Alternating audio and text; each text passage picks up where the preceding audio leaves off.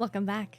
Today we're going to be checking out some more Reggie. It's time for his special, chaotic, wonderful, whatever this is.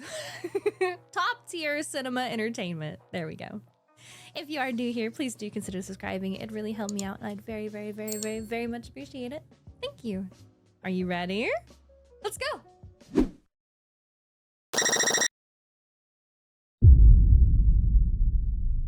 A hypothetical situation. You're walking down the street when you discover a priceless artifact. That's how I walk down the street.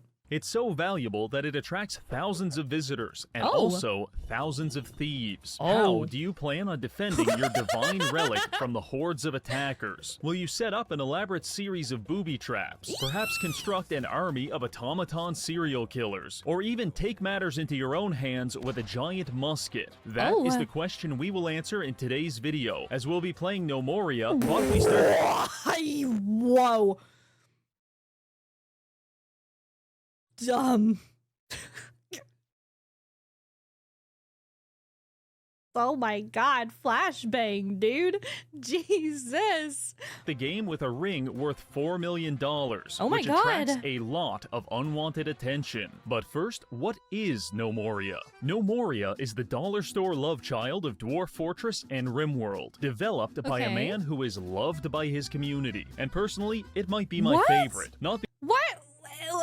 Not recommended because it's good, but because much like an abusive relationship, I got used to it. Growing up, some people could afford 100% fresh organic orange juice, but the rest of us had to settle for artificially colored liquid microplastic at half the price. I'm not complaining. In fact, I'm thirsty for more, because this game hasn't received an update in 10 years, and for the low price of $5,000, you can even buy the domain. But before we go any further, I need to ask you one question.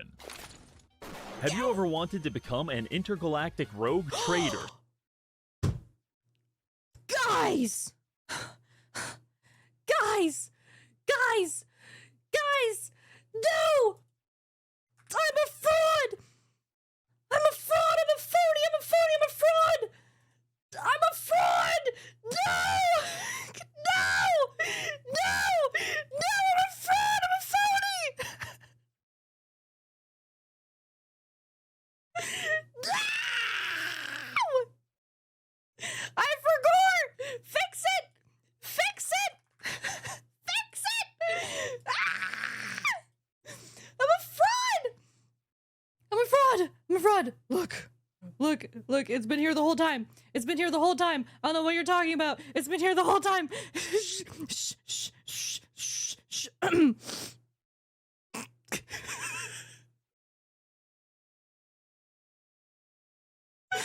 Now let's just pretend that this has been here the whole time and that it was here during the intro and everything else. Okay, thank you. Supplying a technocrat. Have you ever wanted to become an Wait! Editor note. Editor note. When it flashbangs, just flashbang the whole screen and then cut to me having everything on. Okay, thanks. Throwing flashbang.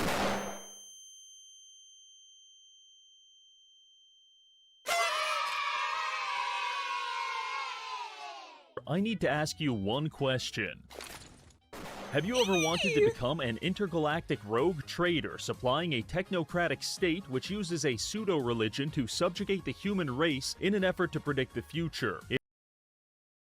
I honestly don't know if I could say that I've thought about that before. If so, that's very strange, but I can help, because this video is sponsored by Foundation Galactic Frontier. This is a brand new intergalactic space exploration game in the setting of Isaac Asimov's sci-fi classic Foundation. This game has strong themes of resource management, mothership simulation, RPG progression, and a dual battle system for strategic combat both in space and on the ground. It also features many of the classic characters from Foundation, such as Harry Seldon, Demerzel, and of course, Mule. Additionally, the soundtrack was co-produced by the composer for Stellaris, so you know that music hits just right as you're smuggling 10 million credits worth of contraband across the Galactic Empire. But that's not all, because you're free to make your own adventure. Become a peaceful trader, a research vessel, an explorer, or even a space pirate. The choice is yours. Personal endorsement. Everyone I know or have ever talked to in person, online, or via letter correspondence is currently playing this game, and we all think you're missing out. So don't delay. Make your mark on one of sci-fi's most prolific franchises and try Foundation Galactic Frontier today for free on PC or mobile. You can use my link in the description to download the game and get a free hero and battleship. Also, don't forget to use my code Galactic Reggie to get some extra resources for your journey. Thank you, Foundation Galactic Frontier. Now, back to the video. Nice. Now, the first battle we have to fight in this video is against the game itself. The video settings tab creates an illusion of choice, but trust me, this shit ain't going any higher than 1080p. And if you try to use the custom resolution to adjust it, you will be disappointed. Once you've capitulated to the 1080p fundamentalists, we can begin the game, at which point the challenge of this video becomes clear. We start with 8 gnomes, a handful of random supplies, and a ring worth $4 million. That alone is 40 times the net worth of an entire late-game kingdom, which is a problem because the game scales enemy raids based on how valuable your kingdom is, meaning that within a few days, we're going to have somewhere between 50 and 100 fully armored goblins and ogres showing up to kill everyone here, and it's up to us to figure out how to survive. My goal is to hold out for 5 years, but we'll be lucky if we can get 5 days, so let's get to work. Going into a challenge like this, the optimal playstyle isn't immediately obvious, so I tried a few different survival strategies. Attempt number 1. Our ring attracts dozens of goblins, but it also attracts dozens of gnomes. So I focused on crafting as many weapons as possible and creating an improvised army to fight off the goblin raid. This was a disaster. I knew it would be bad, but I had no idea just how bad things could get.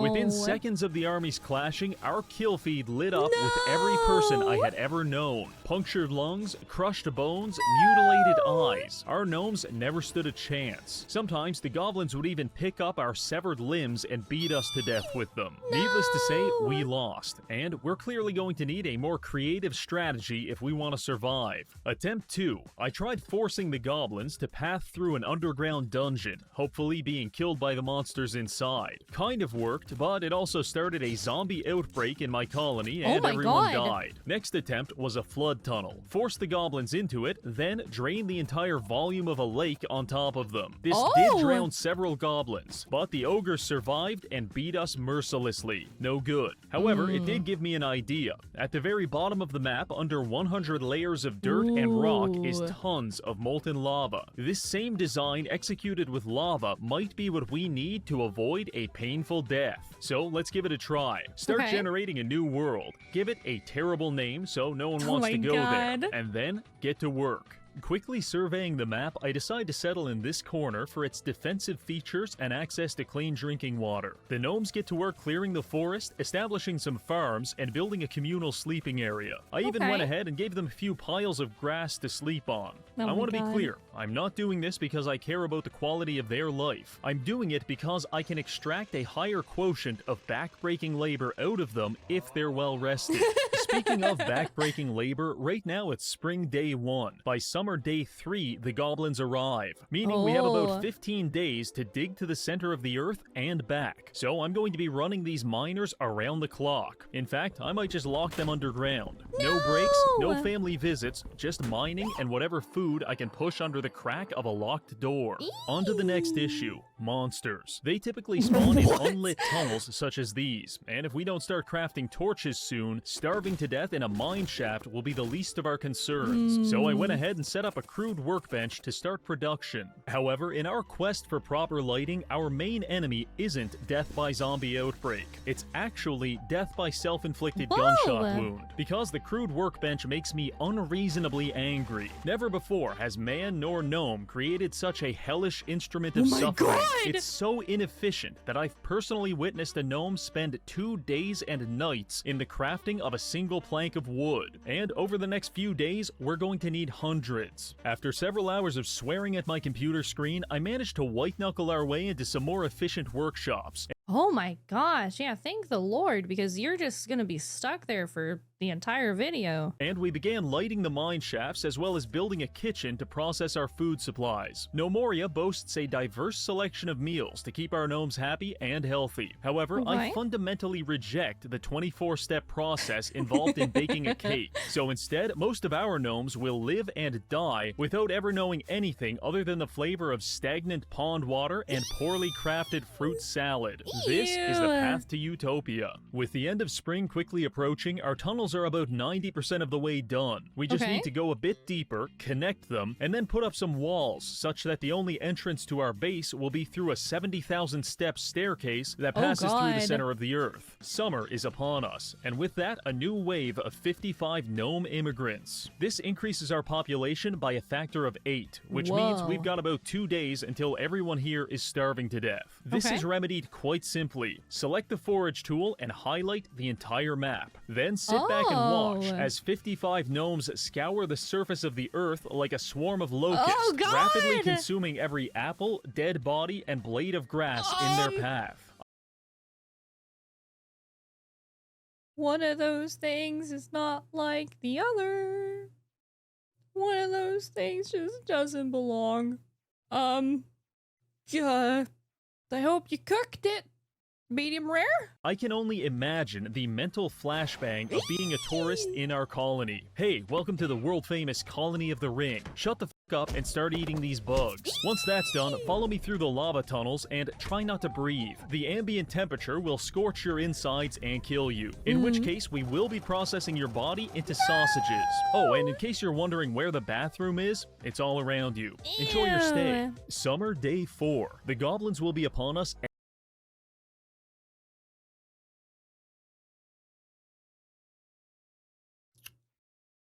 Day 4.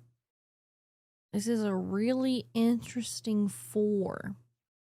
But then again, I can't count that high, so who am I to judge? Any minute. Luckily, the tunnels are ready. All we have to do is knock out a few walls, and within minutes, hundreds of liters of lava will flood these passages. Also, I've had our stone workers craft some reinforced doors to slow down the attackers while they burn to death. If we're lucky, this just might work. Suddenly, we receive a notification. A goblin has just been spotted. Jesus Christ, it's the whole goddamn herd. And they're heading straight for the tunnel entrance. I send a gnome to race them underground and open up the floodgates. The lava begins flowing, and several of my citizens are painfully immolated by accident. However, other people's suffering is a small price to preserve my greed. Shortly after, the goblins rush into the tunnel and begin beating down the doors. They're now standing in the lava, which is killing dozens of them and horribly mangling the rest. By the time they get through the third door, the lucky ones are dead, while the rest are completely blind, immobile, and stuck thrashing about in superheated magma. When a goblin raid suffers enough casualties, they may attempt to retreat, which sounds good. However, we can't let that happen, because there's a chance they come back with a goblin engineer and dig their own tunnel straight into our base. So it's now time for the finishing touch. While the goblins are desperately throwing their body against the stone doors, I have a miner sneak behind them and remove the stairs that they use to get down here. I can only imagine the look of horror on their face when they attempt to retreat from the lava tunnel massacre, only to look up at where the stairs used to be and realize they can't leave. Actually, that's not entirely true. They technically can leave. They just have to fight their way through hundreds of liters of lava, a pile of dead bodies, and several reinforced stone doors. Which is easier said than done when most of your limbs have been burned off and the intense heat has melted your eyeballs. Regardless, some of them tried, and they got pretty far. But even the ogres couldn't get through the final doors. A few of the other goblins refused this fate and instead camped out in the unflooded sections of the tunnel. That's fine too. There's nothing I love more than getting the notification, a goblin has died of thirst. Really makes my day. Either way, by the end of the night, our visitors were dead and our population remained mostly alive.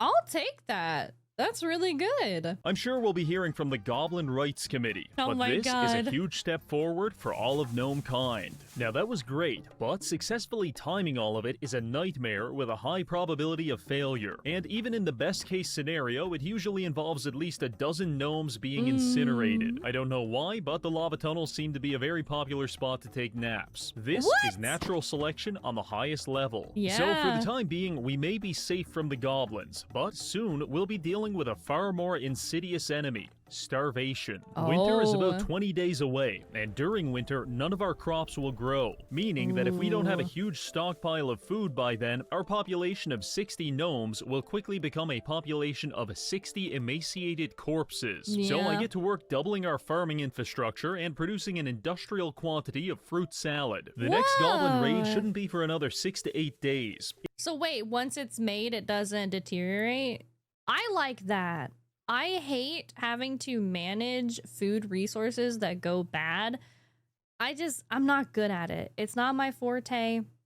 I don't do the most super bestest. It's actually why I die a lot and don't starve, is because the food goes bad more than like not being able to grow it or not being able to find it. It just goes bad. In this moment, I genuinely believed we were safe until I was reminded just how far down the food chain we are. Because when one of our lumberjacks was attacked by a honey badger, I drafted 20 people into a militia and sent them to beat it to death with their bare hands. Little did I know, I was dealing with the strongest honey badger to ever live. No. 20 of our gnomes jumped him, and the combat log was an endless flood of punches and kicks. Actually, it's probably just easier to let you hear it. That's the sound of 20 people punching, kicking, headbutting, and biting the badger every second on 4 times speed. We have broken all of his legs, permanently blinded him, crushed his upper body, lower body, head, and neck, and collapsed both of his lungs. And yet, he refuses to die. In fact, I left them to fight and checked back 4 hours later only to find that stupid little bastard still alive and staring back at me, as if to say, I didn't hear no bell. It took 20 people an entire day and night, and several of them collapsed from exhaustion. But eventually we did kill the honey badger. However, at what cost? That's insane. What? That cannot be normal. What? It is theorized that the scientific development of Western Europe was delayed hundreds of years as a result of the Dark Ages. Similarly, I cannot help but wonder what harmonious utopia we might be living in currently if 50% of my population didn't have to spend 24 hours pummeling a weasel to death.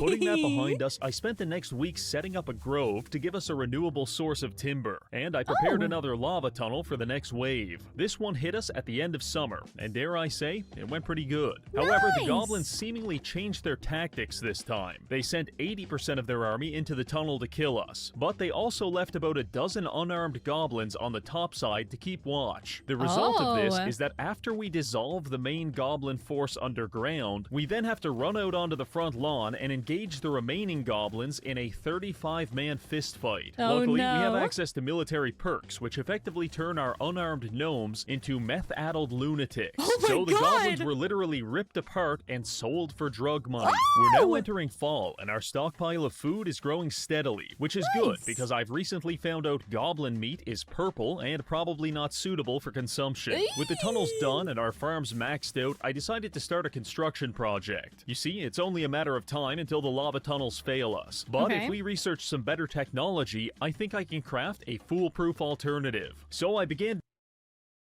What the f was that? Research some better technology, I think I can craft a foolproof alternative.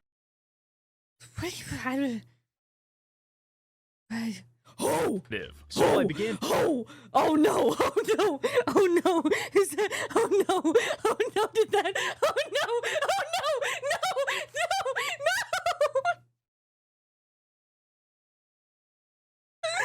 Oh no! Did it click?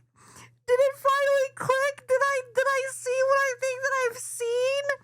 We're not gonna talk about it. designing a research tower to house all of our scientists for 24/7 research. If you're lucky enough to be drafted into the science team, congratulations. You no longer have to sleep in the communal dormitory, bathroom, living room, shower hybrid. Now you've got your own bed, and even freshly delivered food to maximize your research effectiveness. It took a while to build, but by the end of the month, research was well underway. By studying at these tables, our engineers collectively moved this progress bar closer to unlocking a new invention. Traditional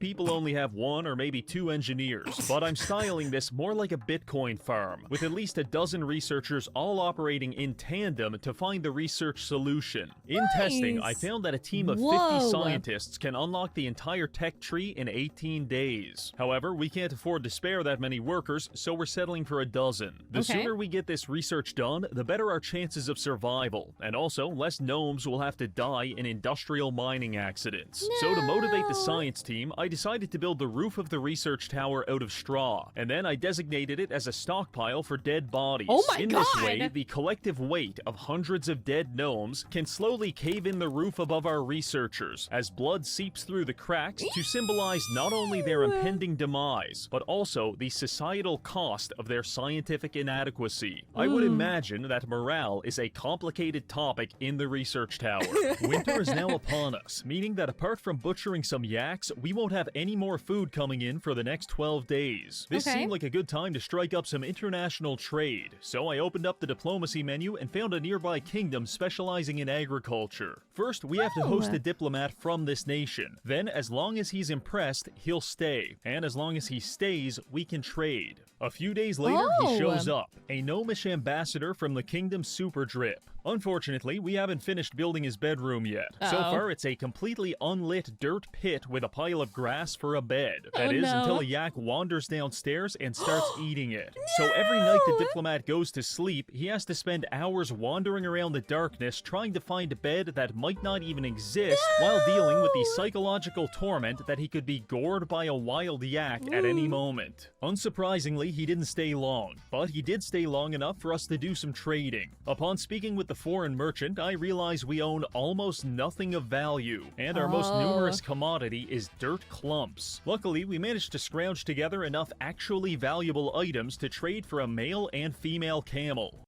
Ooh, okay, that's big. With this, we'll be able to start a camel farm for extra meat and milk. However, as soon as I completed the trade, one of my butchers stole a camel, ran to the kitchen, and butchered it before I even realized what was happening. That camel cost 1,000 gold and several sexual favors, and now it's going to be a fucking sandwich. Sometimes I think these people don't deserve to survive, but I push on. On the topic of survival, winter is actually going quite well. Going into this, I was prepared to lock half the population in a cave and let them starve to death if need be, but we're about halfway through the season and we still have 75% of our food left, so we'll save the cannibalism for another day. The rest of the month proceeded relatively smoothly. Our researchers came up with their first inventions, such as a hand crank, spike traps, and levers, which are all useful tools, but we need to go even further. Other than that, I spent the season refining our lava tunnel design to reduce the gnome fatality rate. Unfortunately, some goblins did manage to sneak into the base and kick the shit out of one of our camels. Now, if there's one thing you don't do in Gnomoria, it's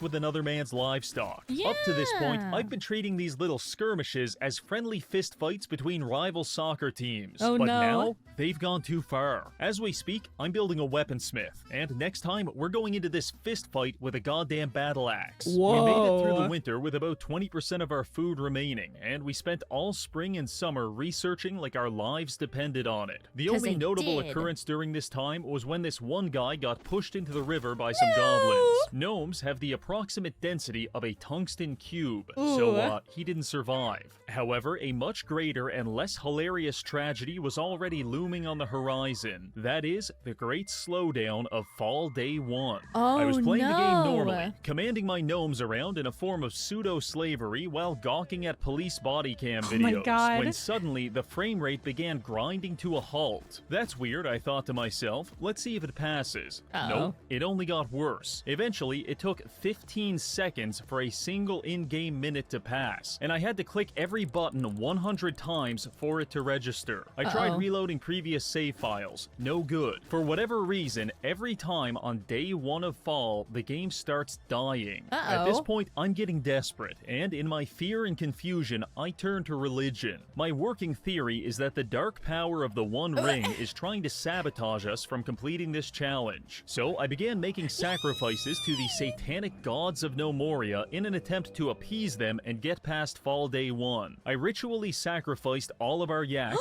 and destroyed our entire stockpile of food. To my surprise, this actually worked, but it only got us to fall day 2 before it started slowing down again. The fact that killing the yaks helped implies that the game was slowing down due to the number of AI, so I decided I was thinking the items on the ground or something, but how is it? Maybe?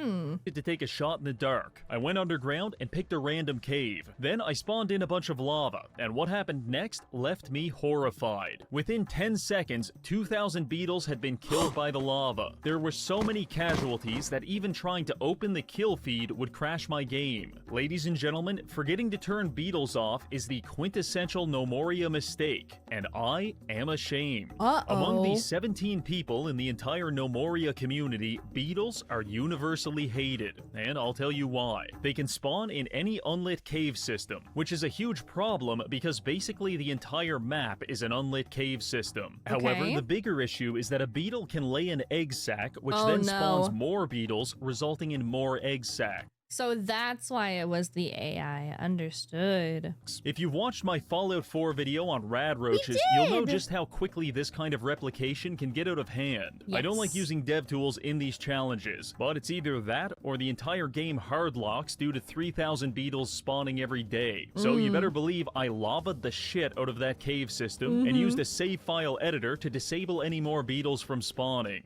With the beetle population bomb now diffused, we can move on to the most important part of the video, because the science team has officially invented pressure plates, hatches, and windmills. With these 3 items, we can create a master contraption capable of defending our base against thousands of goblins. So let's get to it. The first job is to generate electricity. In a perfect world, we could devise some kind of machine to convert human suffering into an indefinite source of energy. But unfortunately, we're stuck using renewable energy, such as windmills. Those are so cute, though. What do you mean? They're so tiny. It's adorable. Creating a wind farm was the easiest part of this process, and it involved the fewest casualties. But the same can't be said for the next part. Step 2 is digging a giant 100-foot deep pit in the ground. The purpose of this will become clear shortly, but just know that this took forever and we averaged about 2 industrial mining deaths per day. Part of the problem was golems. When moving around bulk quantities of dirt and stone, it can sometimes animate into an angry golem who proceeds to beat the ever-living shit out of you. Luckily, dirt golems are fairly low on the golem hierarchy, so my miners like to spend their lunch break gouging them to death with pickaxes. With the giant pit now reaching completion, we can install the final piece of the puzzle, hatches. Above the pit, we create a winding labyrinth. This is the only entrance to our base. We replace the floor with mechanical hatches, and by supplying them with power from the wind farm, they can function as walkable terrain. However, if someone steps on this pressure plate, all of the hatches open up, dropping whoever is on them 100 feet to their death.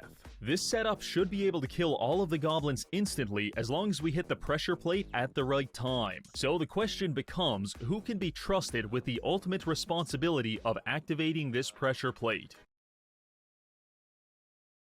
I'm gonna be honest with you. I do not see this going very well. And the answer is this camel. No. No, dude, no.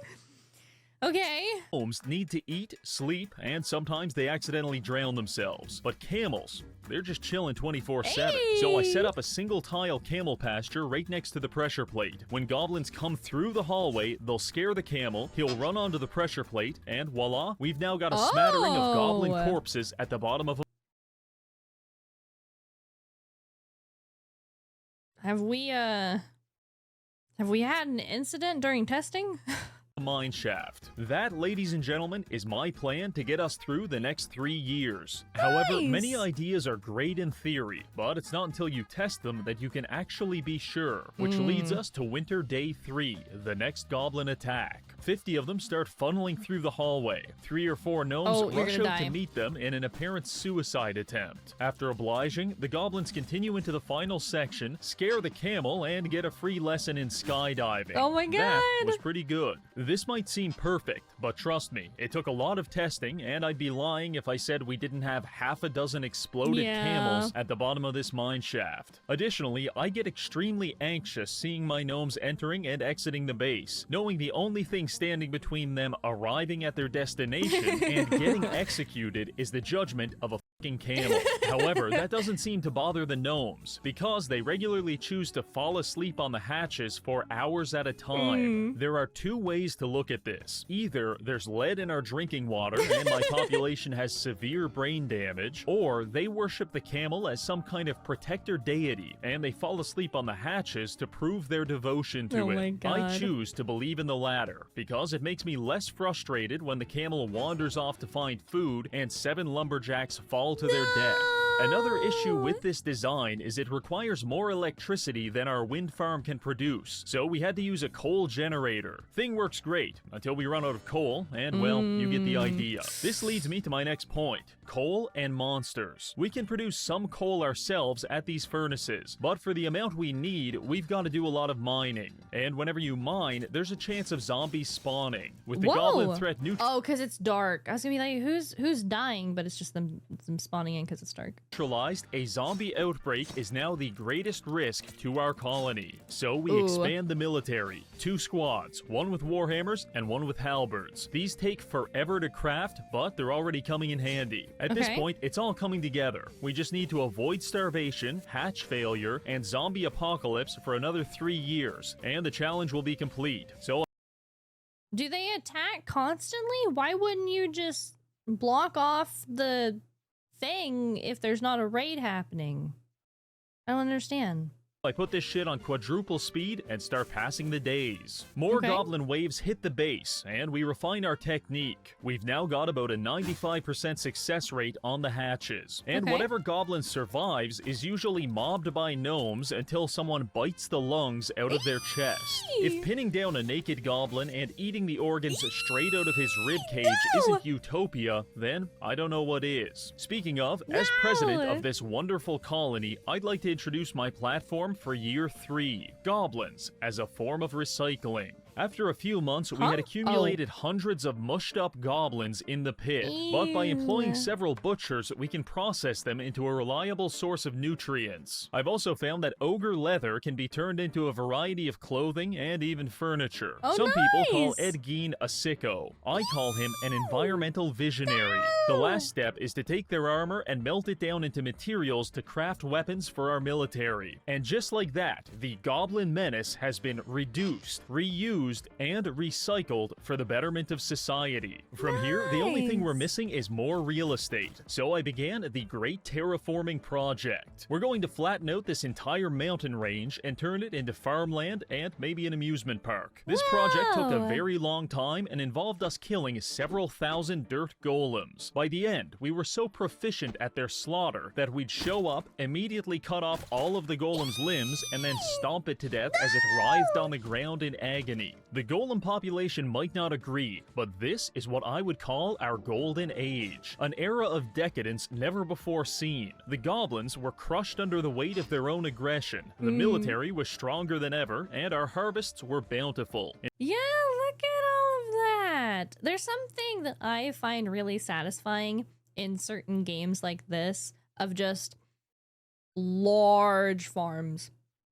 More than you ever need, but like, I don't know, they just look really pretty. It's very satisfying. I like it a lot. In fact, a little too bountiful. By accumulating over 2,000 food, we actually attracted the attention of a nearby mant colony, which sent some worker drones to raid us for supplies. Our camel was on smoke break at the time, so they actually managed to infiltrate the base and steal a few meals. However, the mant brain is morphologically the same as the top 1% of gambling addicts, because they just don't know when to stop. They grab some food, carry it off the map, come back for more food and repeat. Except this time, when they came back, we were waiting, and we used warhammers to pulverize every limb on their disgusting insectoid bodies. Hope the 6 yak sausages were worth it, you absolute freaks. Our swift response to the Mant invasion had me feeling confident, and several of our construction projects were making serious progress. But there's... Okay.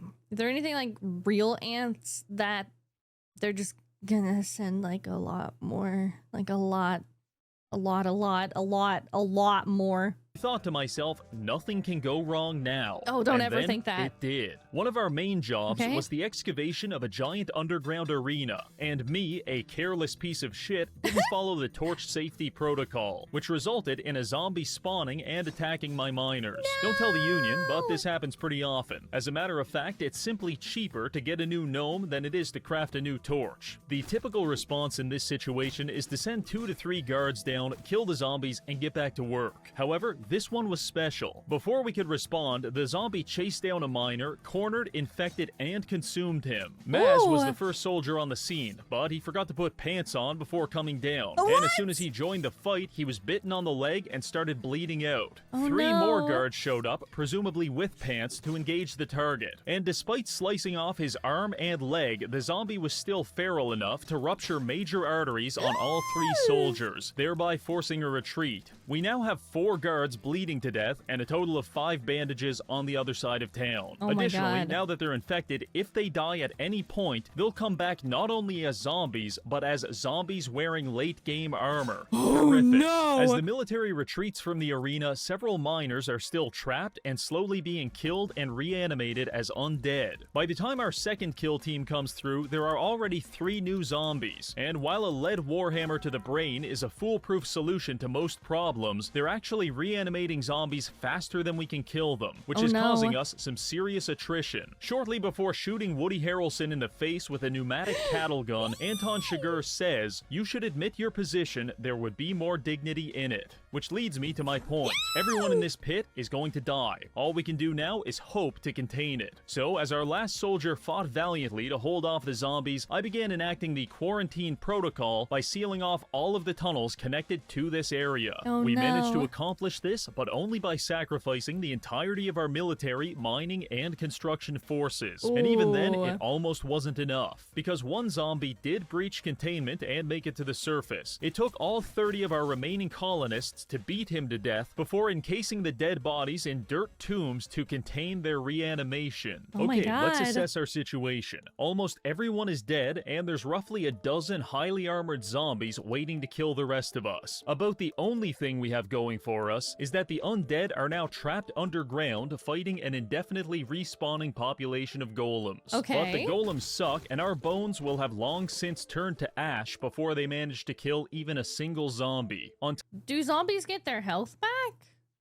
Because, like, eventually, surely, they will die if they're getting pummeled, even if it's, like, I don't know, tiny ticks at a time? I don't know.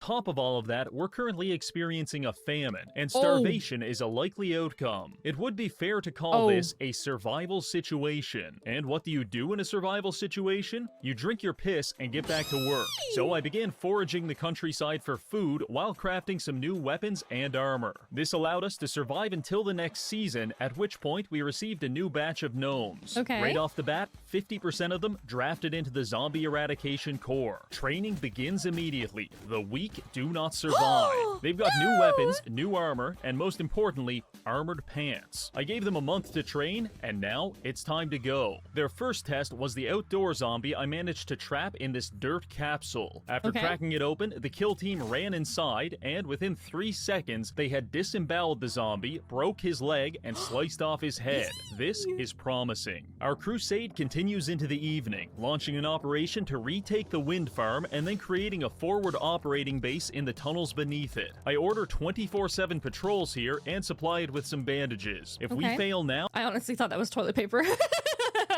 now, containment will be impossible. From here, we've been clearing the tunnels one by one, encountering several reanimated soldiers along the way. But by consistently caving in their skulls, we're making good progress. Pressing forward, we managed to lead the zombies out of the mining area and into the hallways, where we jumped them 10-on-1. After a few minutes of fighting, it looks like we've got them all. So I set up guard posts next to any recently deceased bodies and immediately bludgeon them to death as they reanimate. Just like that, the zombie uprising appears to have been quelled. Let this be a lesson, viewer. You can spend 5 minutes setting up torches, or you can spend 3 in-game months trying to avoid cannibalization. The choice is yours. The zombie outbreak was fully contained by fall of year 4, and after another hour, we officially made it to year 5, the technical endpoint of our challenge. It is at this time that a well-medicated person would close Gnomoria, stand up from their desk, and go outside, satisfied that they had completed the challenge. But that person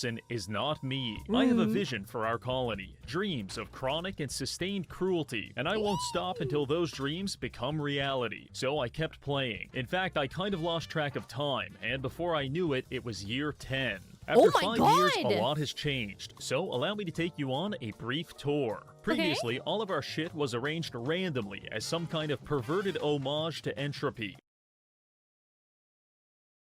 Isn't this that guy's room? What's that guy's name? Isn't this Asmongold's room? Is this... Am I thinking of the right person?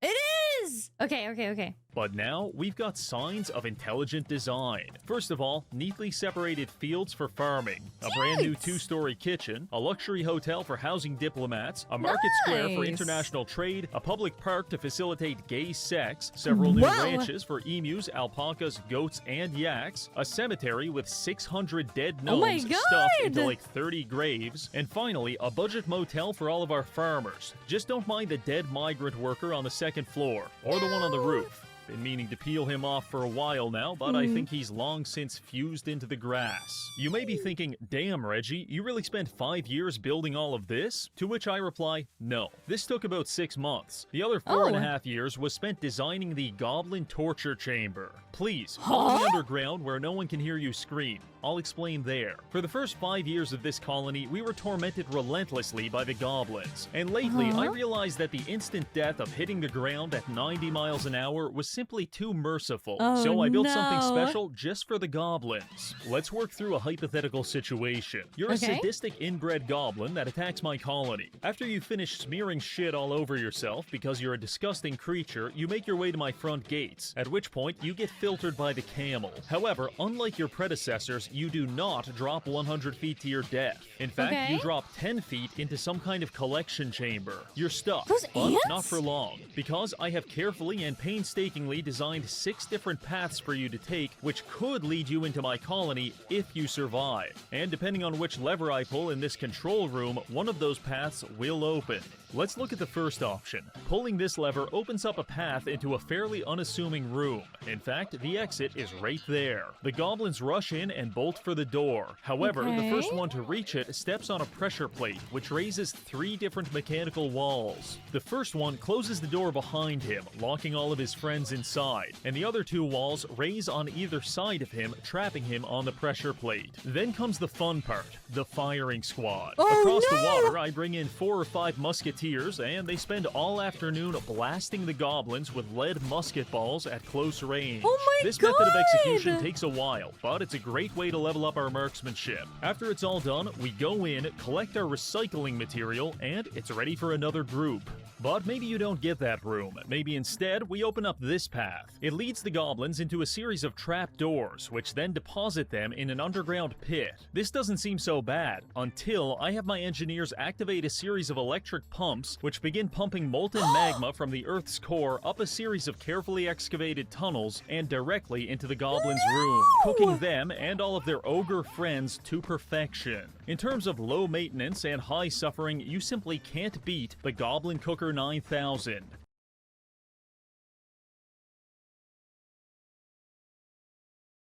I was literally gonna say that this is giving me I want to play a game vibes, but like dialed up to a 2000.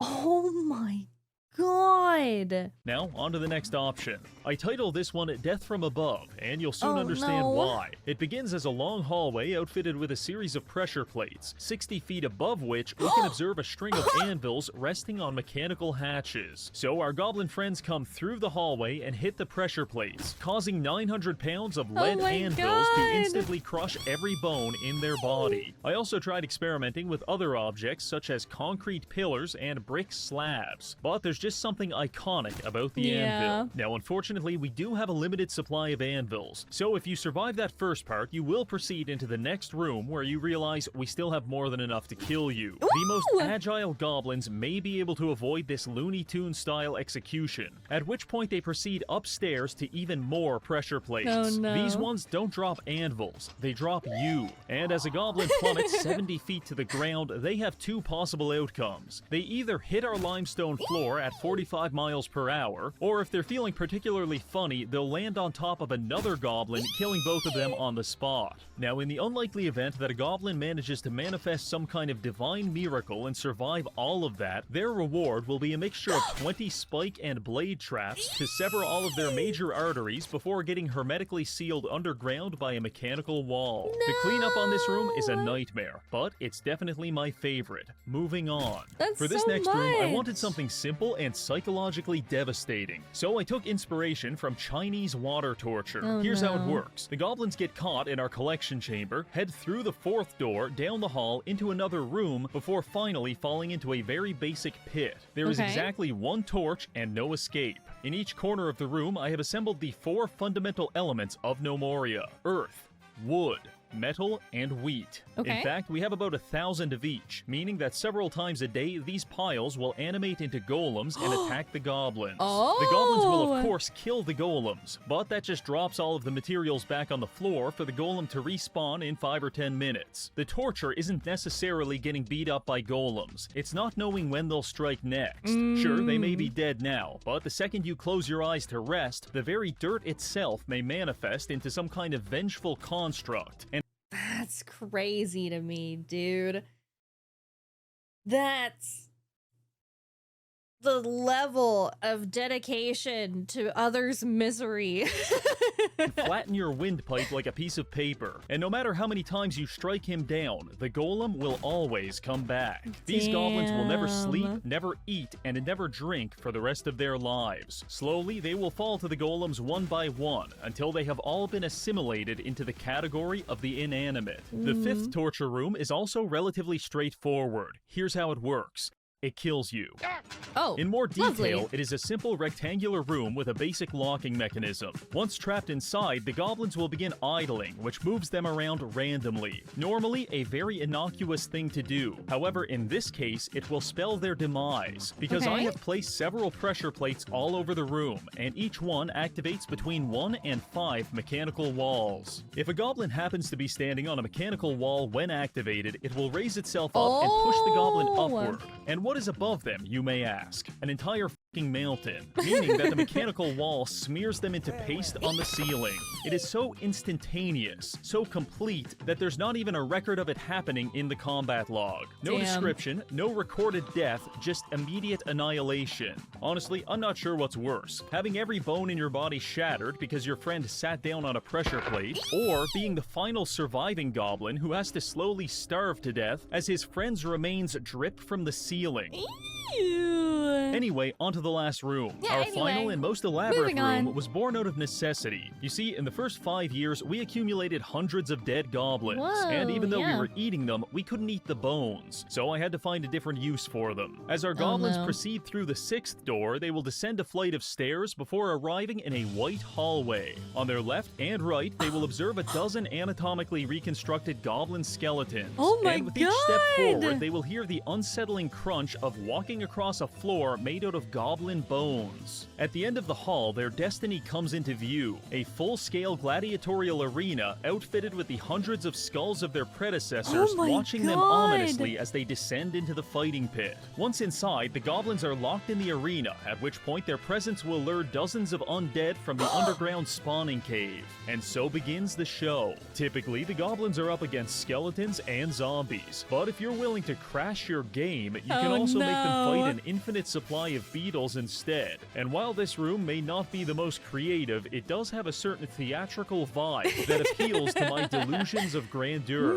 All in all, pretty fun. This does raise the question though. Now that the arena is done, what are we going to do with all of these dead goblins? And the answer is quite simple. Return to sender. Oh In the diplomacy screen, we can actually send things to the Goblin Kingdom. If they like what we send, they'll leave us alone. If they don't like it, they'll attack us with as many as 10,000 goblins. Now, in certain circumstances, returning the dead bodies of fallen soldiers could be seen as a gesture of goodwill. However, when you return those bodies in the form of 250 Vienna sausages, you are typically not afforded such a charitable interpretation. I don't like pissing the goblins off by turning their loved ones into sausages or baking them into pies. I love it, because there's nothing better than watching them send an army of 300 angry goblins, only for them to rush into the crusher room and massacre themselves within 20 seconds. As you bear witness to this carefully conducted symphony of suffering, you may feel compelled to ask, Reggie, what was the hardest part about killing all of those people? And I'll tell you, the hardest part was stopping the game from crashing. You see, dear viewer, when you play Gnomoria, every single day after year 5 is a game of Russian roulette, and the developer RoboBob is the one holding the shotgun, because he made the brave and stunning decision to code Gnomoria such that it can only run on a single core of your CPU at a time. This means that despite 12 Congolese children dying in a cobalt mine for you to have the most powerful processor on the market, Gnomoria will laugh in your face as it uses only one of your 32 cores and then crashes your computer. RoboBob actually future-proofed his game backwards. Absolute cinema. Understandably, playing a game at 4 FPS is not conducive to the continuity of my lifespan, so I set out to solve the problem. As it turns out, the most CPU-intensive part of the game is when gnomes are idle. Even 10 idle gnomes will tank your performance. This necessitates you finding creative and at times dystopian ways to waste as much of your gnome's time as possible. And let me tell you, I got pretty good at it. For example, I came up with the concept of a grass census. I had my gnomes spend all year collecting every blade of grass on the entire map, counting them in a giant stockpile, and then immediately putting them back where we found them, thereby keeping us appraised on the exact population of grass for no reason. My next idea was to build a power station where my gnomes could spend 18 hours a day turning a hand crank to generate a nominal amount of electricity that we don't even need.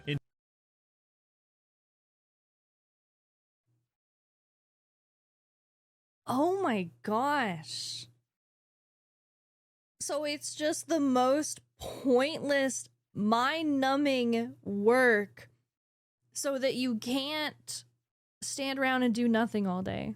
In fact, the power station isn't even connected to the power grid, but that stays between you and me. Eventually, I came across the ultimate time-destroying activity, picking things up and putting them back down in the same spot, also known as the gym. Here, we can lift weights, pump iron, and sculpt ourselves into the most ideal physical specimen. And since our colony is basically running on autopilot at this point, 90% of our population spends 100% of their time in this gym. And I'm pleased to report the game is now running not too bad. Strictly speaking, I didn't have to put this in the video, but I find it incredibly amusing that the solution to 15 years of terrible optimization was simply going to the gym and getting sick pissingly shredded. So where does that leave us now? Well, we've protected the ring for 5 years, constructed a Saw-style series of torture chambers, got absolutely ripped, and I've even created a fully robotic police force to patrol the streets and beat up homeless people. In conclusion, I don't think it's physically possible to beat this challenge any harder. So, Gnomoria, excellent game. I will never be playing it ever again. Thanks for watching.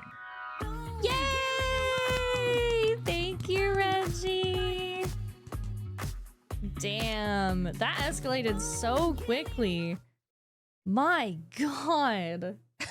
Jesus. Okay, all right. I didn't expect this to get quite so dark.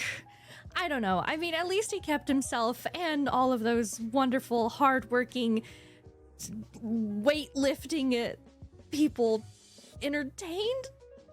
I don't know, man. This was a lot. I really enjoyed it. Please, please, please make sure you check out the original videos in the link down below. If you like my video, make sure you like and subscribe so I can see you in the next one. Thank you. Bye.